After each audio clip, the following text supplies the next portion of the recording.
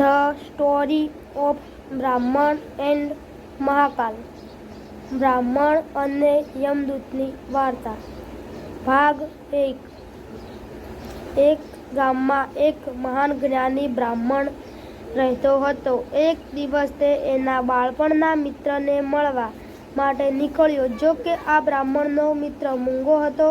તે બોલી શકતો નહીં અને તેનું ગામ ખૂબ દૂર હતું. બ્રાહ્મણને રસ્તામાં એક માણસ મળ્યો. બ્રાહ્મણને પૂછ્યું કે તમે કોણ છો? તો પેલા માણસે કહ્યું કે હું મહાકાલ છું. બ્રાહ્મણને નામ સાંભળીને થોડીવાર મનમાં ને મનમાં ગુંજવણ થવા લાગી, પણ થોડીવાર બાદ કહે, મારે શું કામ છે? નામ જાણી બંને જણ સાથે ચાલવા લાગ્યા.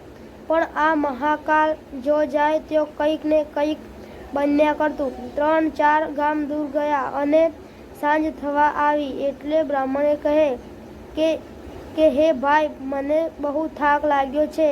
આપણે આ સામેના મંદિરમાં આરામ કરીએ. સવાર થઈ. બ્રાહ્મણ પૂજા કરીને પેલા મહાકાલ સાથે ચાલવા લાગ્યો. પણ આગળ જતા મહાકાલ કહે, તમે આગળ ચાલો, મારે આ ગામમાં એક માણસને મળવાનું છે, માટે હું આગળ તમને મળી જઈશ. એમ કહીને તે ચાલ્યો. પણ પેલા બ્રાહ્મણને મનમાં ને મનમાં શંકા થવા લાગી કે આ માણસ જ્યાં જાય છે ત્યાં કંઈક ને કંઈક ઘટના બને છે, માટે આ માણસનો પીછો કરવો છે.